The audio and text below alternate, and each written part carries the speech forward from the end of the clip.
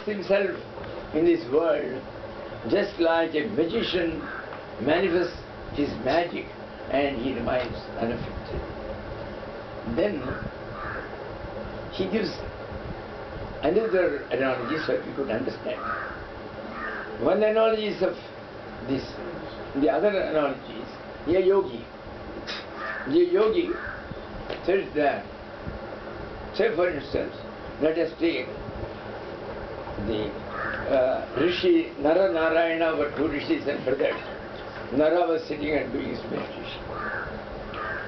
He was doing such a severe austerity, Devendra was afraid that this time he is aiming for my place and I will be demoted and this fellow will come and sit as Indra. So what he does, in order to spoil his austerities, he selects the best, the most beautiful of the apsaras he has got, the nymphs, and he comes with them. Go and dance before him, I am staying behind and I will watch him. He is hiding behind a tree, and all these people go and with all their instrumentation and all this they dance. Nara opens his eyes, he laughs, ha ha ha ha. Hey Devendra, come here, I will show you another magic. Hey, come behind from that tree, man. He comes there. Don't know what. He may give me a shapa.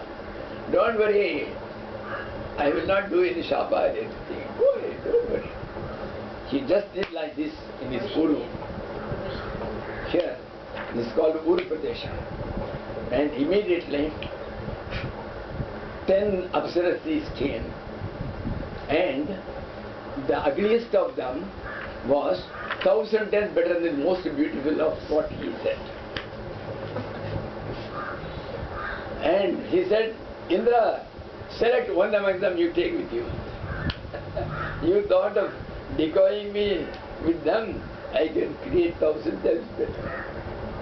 So a yogi, out of his own sweet will, he can create things. But he is not affected by it. He created, he doesn't say, oh, I would marry one of them. So the one who came for the Urushi was called Urushi first. That's all. So this is the way they used to manage. So he has given to how the yogi is not affected by his demonstrations, how a magician is not affected by his own.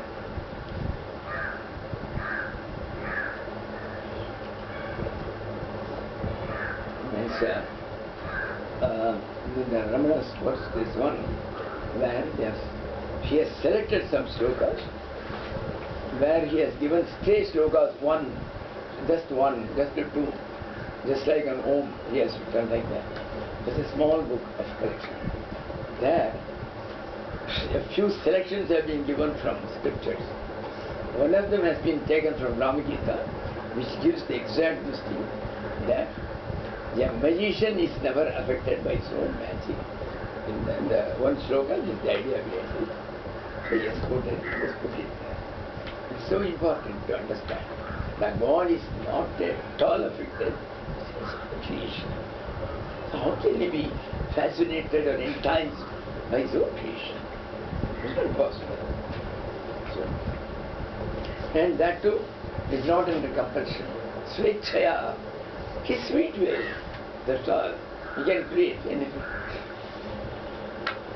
Tasmai Sri Gurumurte Namidam Sri Dakshinamurti. I bow to that Gurumurti, Dakshinamurti. Then Isaiva Spuranam Sadatmakam Asatkalparthakam Bhasate Sakshat Tattvam Siti Veda Vachasa Nubodhyattashitan Sakshat Karnat Bhavenna Punravrittirbhavam Bhuvanido Tasmai Sri Gurumurti Namahidam Sri Dakshinamurti. In the Vishwam Darpana Drishyamana Nagari, he has told about the world. In this he has told about Maya. The first one is Brahma Tattva. The second one is first one is Jagat Tattva. The second one is Maya Tattva. Now, Isaiva Spuranam Sadatmakam Asatkalpartakam Bhasutem Sakshat Tattvam Siti Veda Vajasa Yopodhyat Dakshinan Yas Sakshat Karanat Bhavenna Punaravirtir Bhavambo Nidau Tasmai Shri Gurumurtaye Namayam Shri Dakshinamurtaye.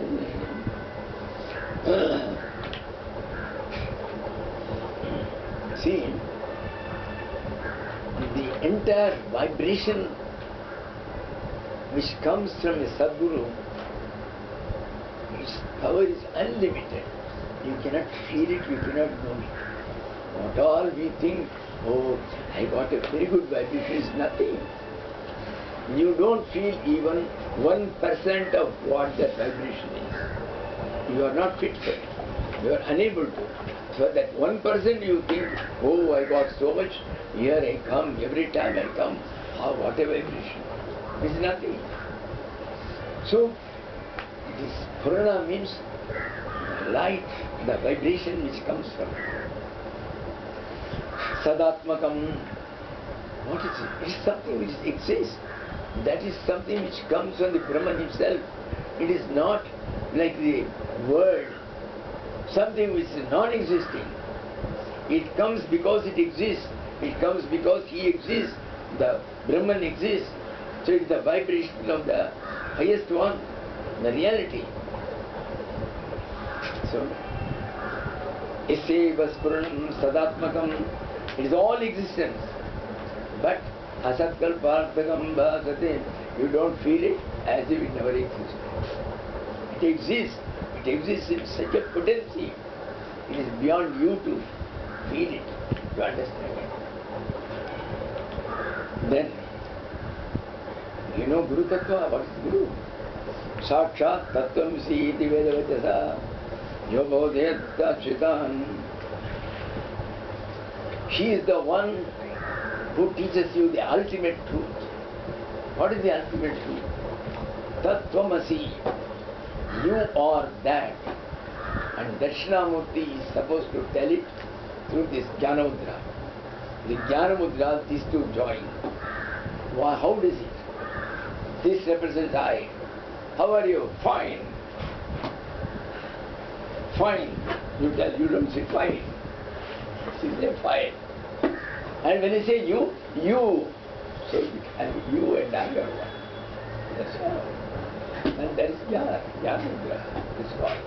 It's called Bhadra Mudra. It's called Jnana Mudra. Sakshat Tattvam Siti Vedavachasam. He doesn't, it's not a word of his. He has not concocted this. It is not a poem which he has composed. It is something the scriptures have told. Scriptures are our ultimate authority. That's all. We never question it.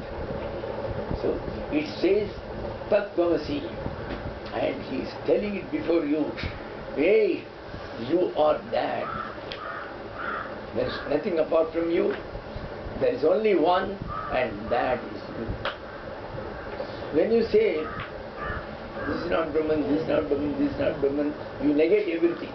Then who remains? You. So you are that. This remains. So thus, he teaches for those people who have come completely depending on you, have told, Guru, I have come under you. I have surrendered myself under you. Please help me to cross this ocean of this samsara ocean, the ocean of samsara. So, that Gurumurti for Dakshinamurti, I bow again. It's my Sri Gurumurti, Sri Dakshinamurti. And not only that, one more I love. Yes, Sakshat Karnat Bhavenna Punaravritir Bhavam Bhavanidhavu. He has told you, he made you do it. And you just say, and one day you will find that direct experience of it. Yes, I am that. Now it is only what you have heard. I am that. By telling it you will get nothing. But then you get the direct experience that there is nothing in the world. You are the only one, but you have got no form. There is no Shantananda, there is no beard. But you know, desire. Just as in the dream, 20 people came. There is a vakil there. You say, this is me. These are all my friends. So suddenly one of them you say, this is me. So similarly at that time, he will say, this is me and me alone and nobody else is there. You come to this state. Bhavenna punaravartit bhavam bhavam. Once you experiment on it and then you get that practical knowledge of it by direct experience. What is direct experience? There are two types of experiences. One is an experience through a medium. Well, somebody brings halwa, I eat it. It is very nice. How did you know? My tongue told. So through the medium you got the experience of that. And you saw a painting. It's beautiful, yaar. How do you know? My eyes told. Through the eyes. While here is a case where it is called immediate experience. There is no medium at all. It is called immediate, not immediate. Immediate. Without the medium, you get the experience. It's called immediate experience. That's called the direct experience. Everybody has got one case. Everybody knows that there is direct experience. Everybody is daily experience. Tell me what it is.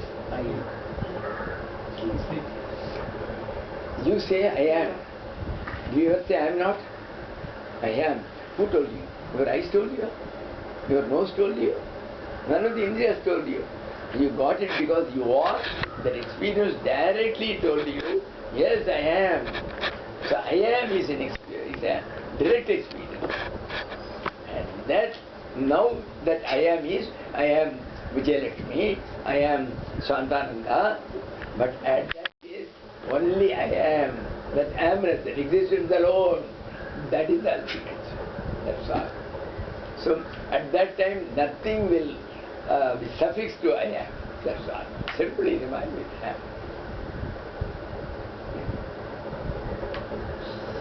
Then, Nana Chidra Gudodara Sthita Mahadipa Prabhavaswaram Janam Yasir Chakshurati Karnadvara Vaisvandate Janamiti Tameva Bandham Anubhagya Tatsamastam Jagati Tasmai Shri Guru Murtaye Namaidam Shri Dakshinamurti.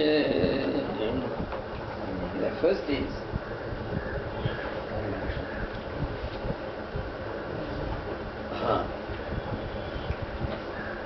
that jnana is always with us. That ultimate